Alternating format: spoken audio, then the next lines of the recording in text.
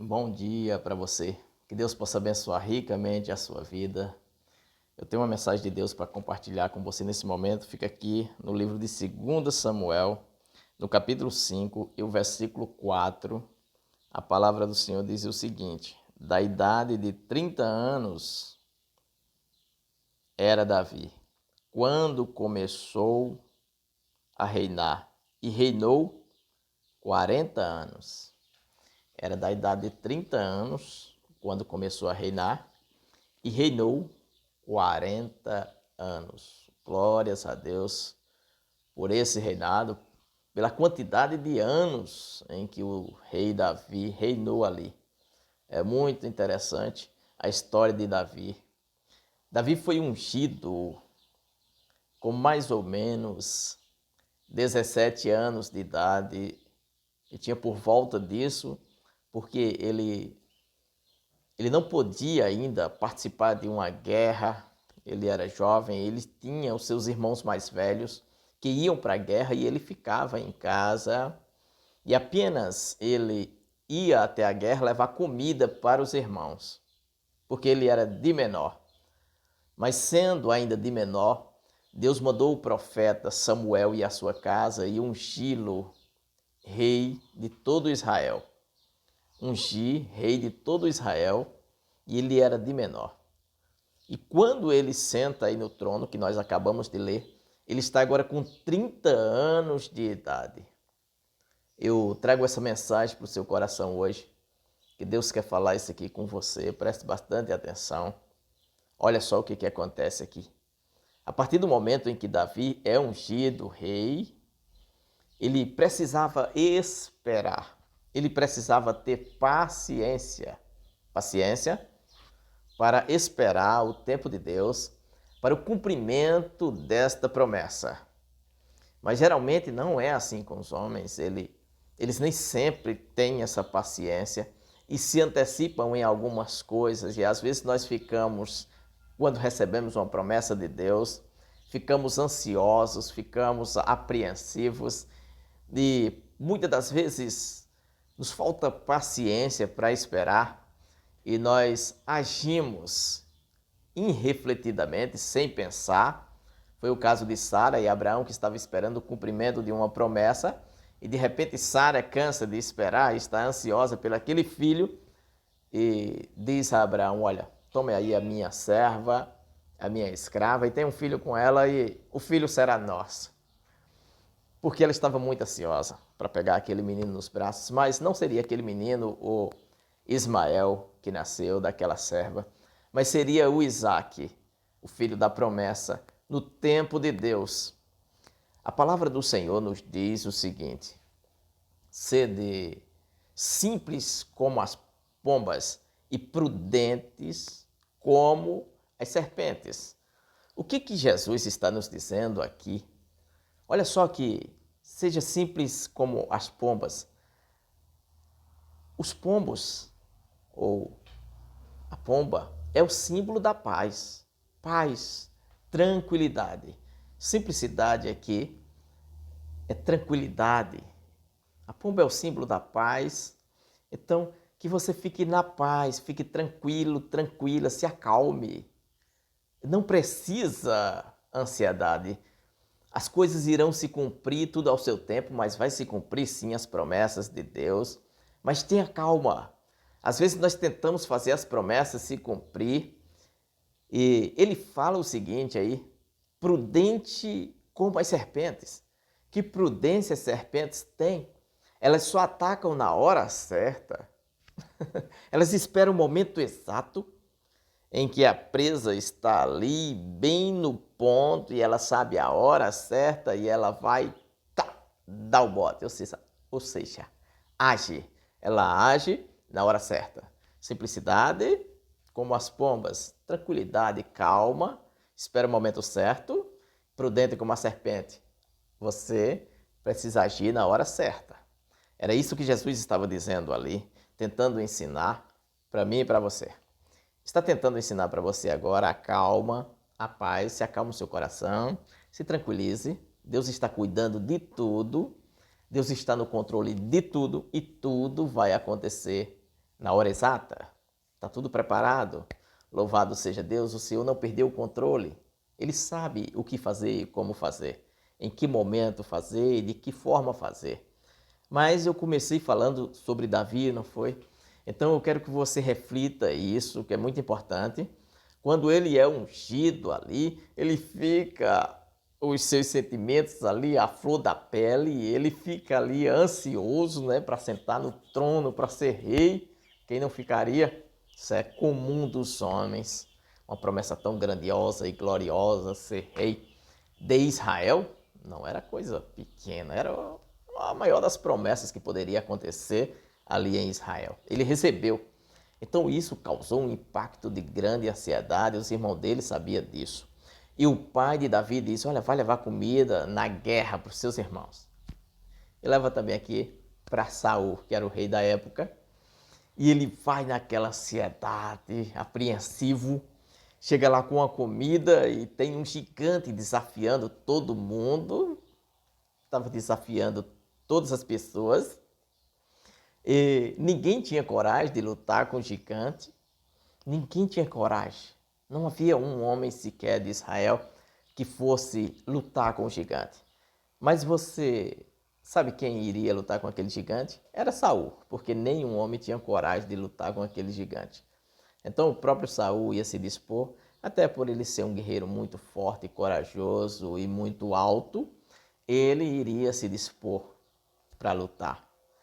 Nenhum soldado tinha coragem. E Davi faz uma pergunta muito interessante.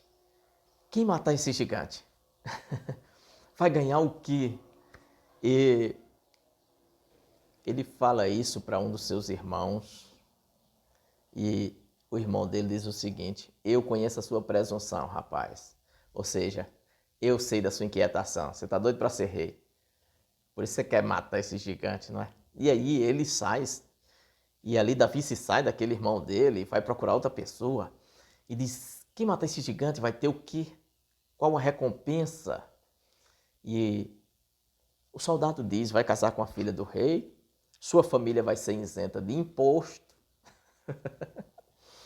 Seriam ali inúmeras bênçãos, né? Aparentemente aqui. E ele resolve comprar essa briga, que não era dele. Não era dele. Veja bem, Deus não mandou ele matar o gigante. Não tem nenhuma passagem na Bíblia que ele consultou a Deus perguntando, eu posso ir matar o gigante? Ou Deus tivesse dito, vai lá e mata o gigante. Foi espontâneo. Ele estava flor da pele, como eu já disse, ele estava ansioso para ser rei, e ele precisava mostrar serviço, não é? Era isso que ele pensava. Eu preciso mostrar para Israel que eu estou à altura de ser um rei. E foi matar aquele gigante. E matou o gigante. Ele queria ser rei. Ele estava tentando dar uma forcinha, sabe? Como a mulher de Abraão. Pega aqui a serva e tem um filho para nós.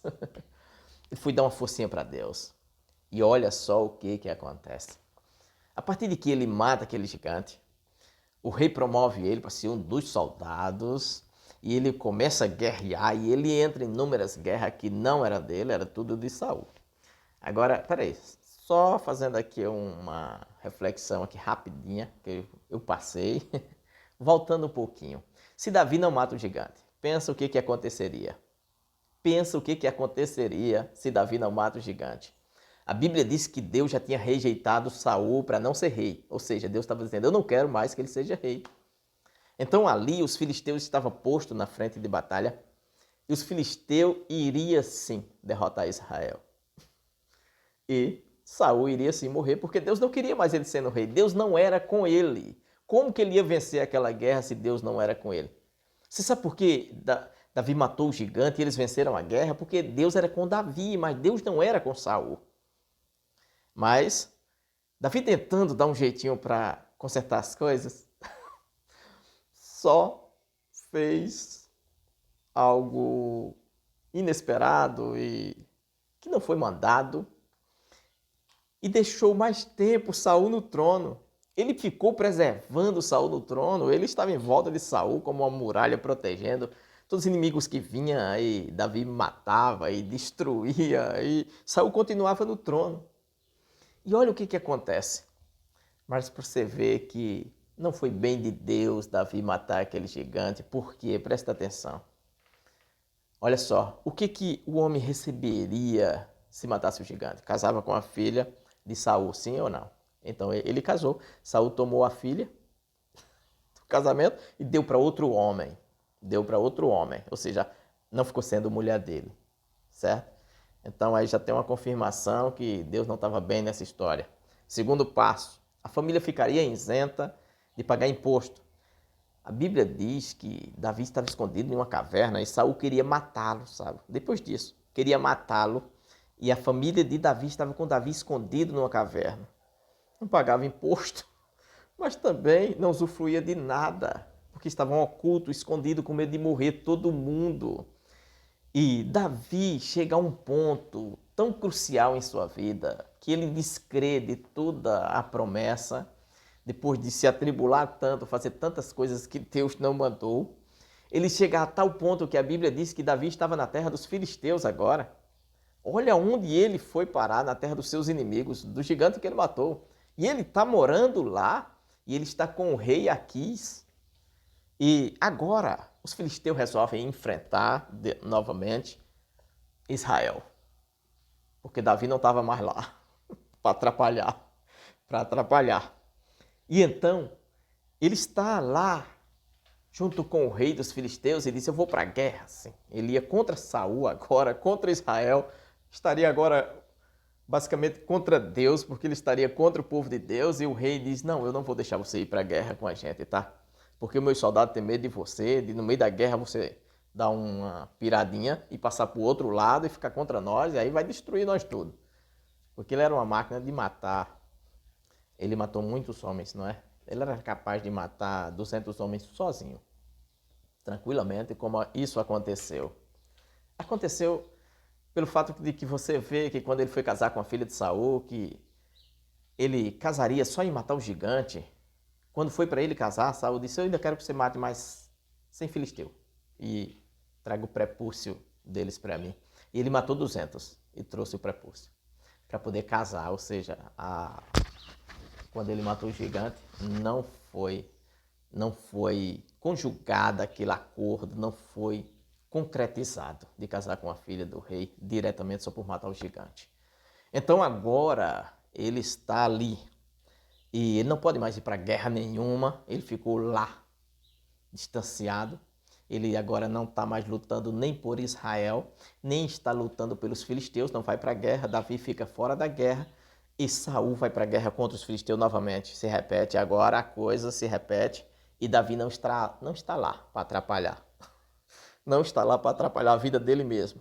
E Saul, infelizmente, morre na guerra e a Bíblia diz que eles levam uma coroa e unge Davi rei sobre Judá.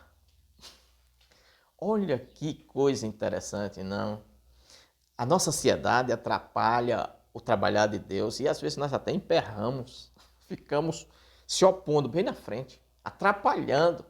Foi um momento que Deus teve que dizer: ó, peraí, Davi, fica aqui, tá? Você não vai para guerra nenhuma, você não vai para guerra nenhuma, para de atrapalhar, porque você vai ser rei de Israel. Às vezes nós atrapalhamos tentando ajudar. Você não precisa do seu esforço humano. É só você orar com confiança, se acalme, espere. Deus está trabalhando e tudo vai acontecer da forma de Deus, no tempo de Deus. E Deus sabe o que faz. Eu quero orar por você, bem breve aqui, para Deus te dar calma e paciência, acalmar teu nervo. Senhor nosso Deus e Pai, em nome de Jesus, dá uma calmaria aos nervos do teu servo, da tua serva. Tira essa ansiedade, Senhor, que atrapalha tudo, e dá paz. Eu te peço que a tua paz, a paz do teu Espírito adentre o interior dele e dela, da casa deles, da família, Senhor. Em nome de Jesus, amém.